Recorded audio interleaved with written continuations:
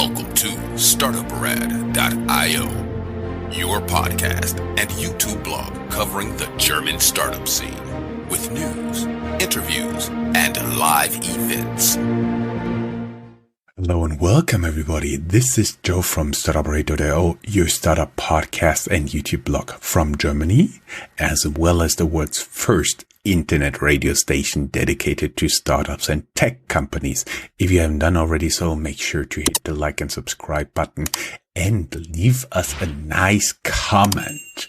I welcome a guest today. She is the CEO of NanoStruct. Hey Henriette, how you doing? Hi.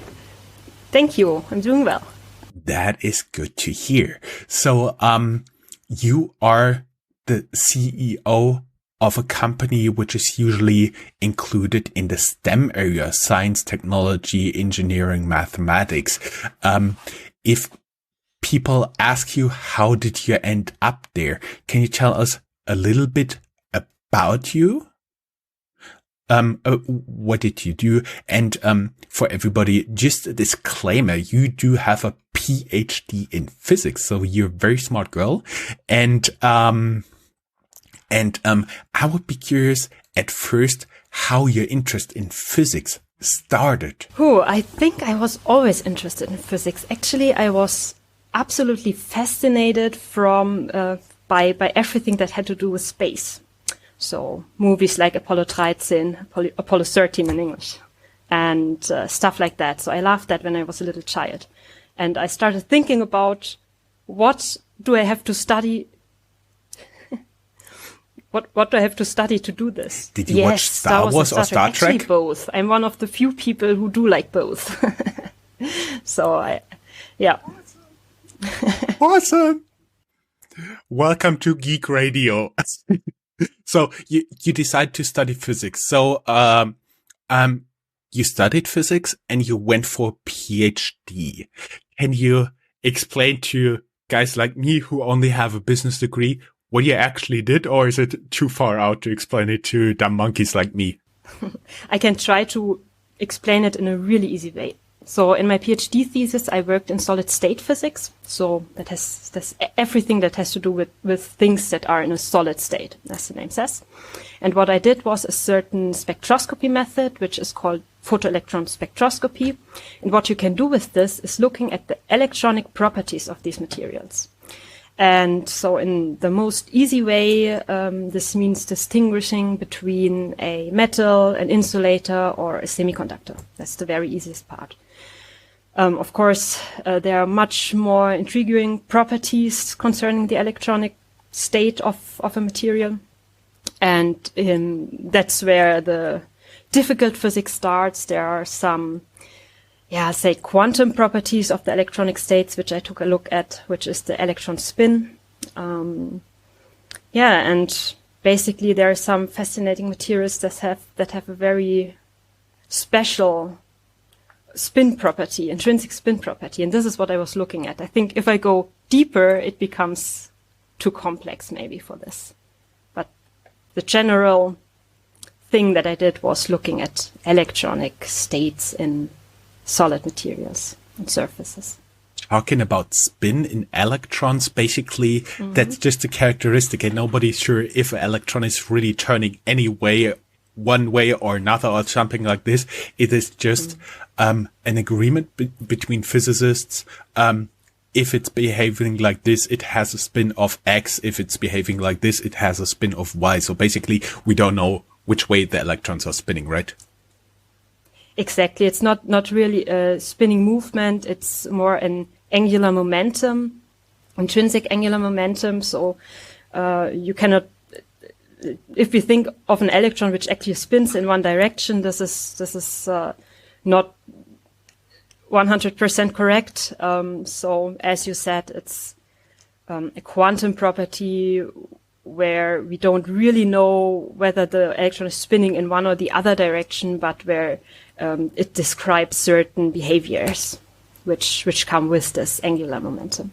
And now all my physics teachers can die in peace. I learned something. Awesome. But let us drag on a little bit, because you then stayed at the university as a postdoc, and you also started a company, NanoStruct, working in nanostructures. Can you first tell us a little bit, because the audience here is basically composed of people who are interested in startups. What did drive you from a Star Trek and Star Wars geek, which we all really like, to become a founder? What was like the moment, oh, I want to do that? I think that's actually quite a long time that I was sure that I would love to do my own thing, start my own company. Yeah, this is just the way of working, with setting my own goals, organizing my projects the way I want them to work out and stuff like that. This is something I already did during my PhD. I had a lot of freedom to plan everything by myself and to basically also set goals by myself. So this is a way of working which I definitely like and enjoy, and where I function very well. And so for me, it was during, let's say, at the end of my PhD thesis, it was already clear to me that at some point starting something for myself would be an option and would be something that I would like to do. The only thing that was missing was creativity, a very good idea, the inventive mind, let's say it like this. And fortunately, I have a very good friend, Enno Kraus, who is a very inventive person and who during his PhD is working with nanostructures and basically the optical properties of these nanostructures. And he realized that what he was doing is actually solving a problem in a certain spectroscopy method, different spectroscopy method than the one I did during my PhD thesis, but still from the principles, also spectroscopy again. And there, what he did is actually solving an issue. And that is when he started thinking about founding his own company. And since we're good friends, I, of course, heard about this. I talked to him about this, and it didn't take a lot of convincing for me to join him. And yeah, now we are co-founders together with two other guys and have this company. For everybody who is just a little bit confused what spectroscopy is, it's a study of interaction between matter and electromagnetic radiation as a function of the wavelengths or frequency or color of the radiation. For everybody who wants to know more, they can go down here in the show notes. There's an article on Wikipedia from which I just read. Actually, sorry. It was the only way I could find something out about this. So basically, but actually, Wikipedia is a good place to look for a very principled explanation for many different physical things. So mostly the things you find in Wikipedia are correct, and very often it's put in a very easy way that it's possible to understand. In some cases, it's also already very deep and difficult, and maybe it's too much, but especially spectroscopy in principle, you will find a lot of information. Maybe from my side to explain a little bit what this spectroscopy method is, which we are working with. So basically what we are doing is, or how the spectroscopy method works is, you have a material, some substance, and you shine laser light on the substance. And because you do this, the molecules inside the substance start to vibrate. For physicists, this means the electronic states change. For non-physicists, you could imagine it's similar to a chord of a guitar. So if you hit the chord, it starts to vibrate and it makes a certain sound. So also this, yeah, right. If the bell is bigger, the sound will change. If the chord of a guitar is longer, the sound will change. So also for these molecules, depending on the exact properties, how the atoms in the molecules are bound to each other, stuff like this. This changes basically the vibrational properties. And then when you look at the light that is basically coming back from the molecule. Then you have a fingerprint of the molecules which are in the substance. So you can find out which material is in a certain substance by this type of spectroscopy. So this is basically how it works. I had to smile when you just explained this. I had an alternative title for our interview. Meet NanoStruct, they are listening to molecules. Mm-hmm. Correct. Yeah, this is actually a very good way to put it. Awesome. Now we have the title. Great. Just love this interview. Mm-hmm. And basically, my understanding is that also Fraunhofer, a German physicist, did this, and basically he found that the molecules light is coming from leave some traces. So the light has some traces of the molecules it comes from. So that's why how we can know what are very, very distant stars are composed of. Basically, you just easily said dissect the light with a prism, right? Exactly. Yeah, this is basically what you do. Prism is exactly the right comparison. You're looking at the different colors of the light and that comes out of the molecule, and by seeing at which colors the molecule shines, you know what molecule it is. So this is also a very good comparison. Now my physics teacher can not only die in peace, they can die happy. That is really great. Let us now get into what you guys are actually doing in the company with this. Because when you look at your guys' website, which is of course linked down here in the show notes, you see, you talk about precise reproducible nanostructures. Can we first get into what is a nanostructure? What is the problem now? And how you guys make it just awesome?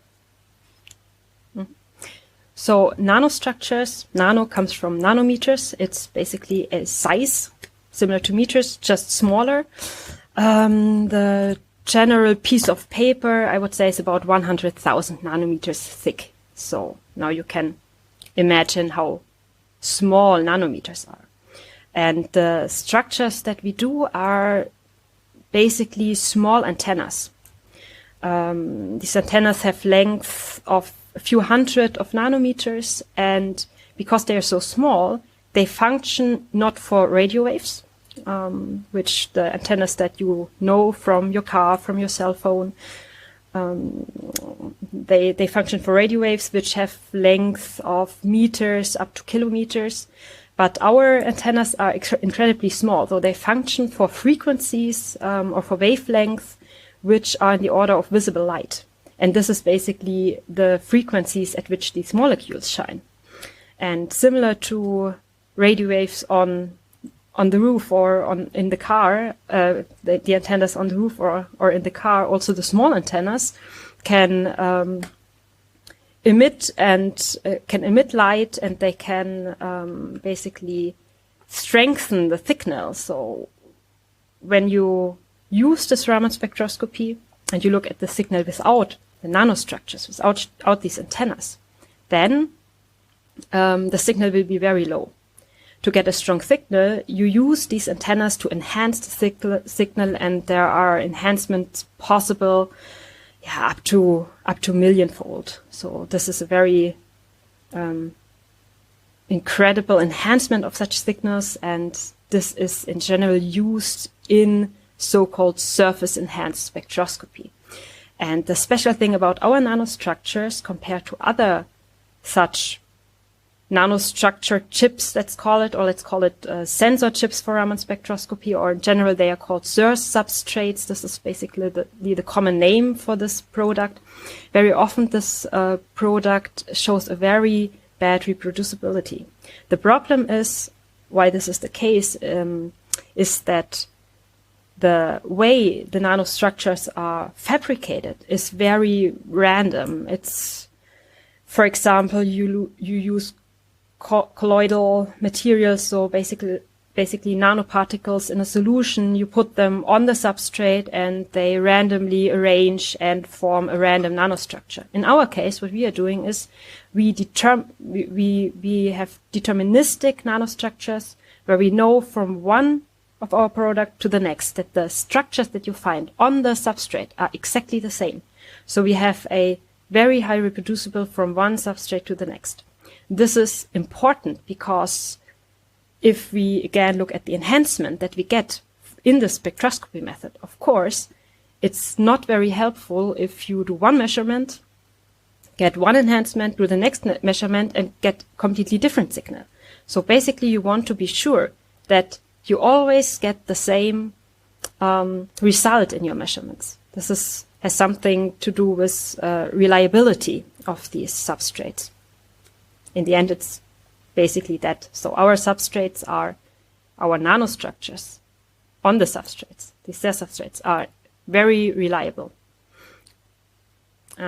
It kind of reminds me basically, it's like making a cake, right? You have the surface, you have the cake, and you spread over something like cream cheese or something over it, but you do it on a very tiny and very precise level. Is that exactly something? Exactly. Oh, yeah, I'm and right. We have a very precise recipe, and not only do it by very random shaking some flour inside to the cake and stuff like that, but we have a very precise structure for how to build this this cake so it will taste the same every time. That is great. And where are actually the applications of the structures you are working with? Mm-hmm. So applications are everywhere, first of all, where the spectroscopy method is already used and where a reliability is important. And this is, for example, in the chemical industry, in the biological industry. So Raman spectroscopy is very interesting for biological measurements because it works with water, which not every of these type of method does. So you can work with cells, for example. So biological technologies, this is very important. And everywhere where you want to know a certain whether a certain material is inside a substance, inside a sample, there Raman spectroscopy becomes interesting. Pharmaceutical products, this is also something where this becomes important. To give an example, you develop a new medication and you want to know whether there are any substances inside that might be harmful. And you want to know this, so you can use the method. You want to know this reliably, so you need a very good search substrate. But this is where our substrate can be used, for example. So, if I understood it right, you enable better analytics and better machines, for example, for biology and pharmacy. For example, yes. There are actually many different applications. So anywhere where it is important to know whether a certain substance is inside a material. Food industry is another example. So if you want to look for harmful substances inside food and you want to make sure there's nothing inside, this is also a place where this method works and where you need a reliability, and this is also where we can place our substrates. So I can think of many different examples. So this is, it's a very strong method actually. To buzz you a little bit here, would it be possible to basically have a sensor including your technology at the end of a production queue? For example, let's stick with cake, and you can make sure that there's no machine oil and there's no metal parts in it? So in principle, yes. So the method could be, so usually you would have basically the spectroscope, which you would put at the end of such a production line, for example. And there you could, for example, run a liquid I guess you would have to actually take a sample and put it on the substrate and do this part by hand. So the automatization is in principle possible, but not at our current status, I would say. So another example which we are actually thinking about is the development of certain medications. I think I mentioned it before, where the speed of the development process could be made much, much, much faster when using Raman spectroscopy. So in numbers, for example, I'm talking about biological medication, and these biologicals usually take a year to develop a new type. And by using surface-enhanced Raman spectroscopy, you could shorten this by 75% and therefore also shorten the costs, of course. And also the costs are pretty high. And the problem is that the SIR substrates that are used are not reliable enough. This means the method itself cannot be used. And up to now, this was the problem. But now with our product, it becomes possible to actually have reliable enough measurements to actually reduce time and cost of such a medication development by 75%. So this is actually a very, very nice example where our product can be of tremendous help. Another more, let's say, currently very interesting thing is of course detecting viruses. So this is also possible with Raman spectroscopy. And this is also something where you need a certain reliability to actually make sure that a test for virus or a antibody is correct. So this is also somewhere where we are looking at whether we can apply our substrates. That sounds pretty interesting. Getting a little bit away from the scary viruses into the more other area, how you guys are currently financed, how do you afford all your research, all the eventual production? And one more question, are you guys actually going to physically make production facilities, or are you working with contractors and basically everything you guys are is a lot of smart people with a lot of high-end computers in a room? So maybe your second question first. We're planning on doing basically everything in-house. We have the very nice part about our product is that the production itself is not very complex and not very expensive. So this is quite nice. We can do it ourselves. We don't need a huge space for this. So this is something we can keep by ourselves completely, at least for the starting time. Concerning our funding, we are currently funded by an exist transfer of research would be the English translation, I would say. This is a funding from the German state, which basically funds research projects that aim at developing a certain product and starting a company. And in this funding, actually the starting of a company is definitely the goal. So basically there is a second funding which we might get after this exist transfer of research finishes, and therefore we are funded by this until, let's say, middle of next year. From that on, we will need some external funding, and we are actually currently starting to get in contact with investors. That sounds pretty interesting. Every investor who'd like to know more, they can go down here in the show notes and reach out to you guys. There is, of course, the company website as well as your LinkedIn profile linked in there, as well as some Wikipedia articles for everybody who's like me and doesn't understand a lot but grasps the basic principles. As you say, it's good for the basic principles. Henriette, don't be scared of physics. It's actually much fun. Awesome, cool. Love it. Thank you very much. It was a pleasure having you here. Best of luck, and hope to have you back in some time and actually do an update on you guys and how you're changing the world. Yeah, thank you. It was a pleasure talking to you. Pleasure was all mine. If you are a professional looking at the European startup scene, Germany is a place you cannot miss. Fortunately for you, there is Startuprad.io, the authority on German startups. This English-only podcast brings you fresh interviews each week. Most likely, you have never heard or read anything on these startups before in English, but you will in the future. Be ahead of the curve and subscribe to Startuprad.io podcast, or check for the Startuprad.io internet radio station. Check your Alexa for the Startuprad.io skill as well.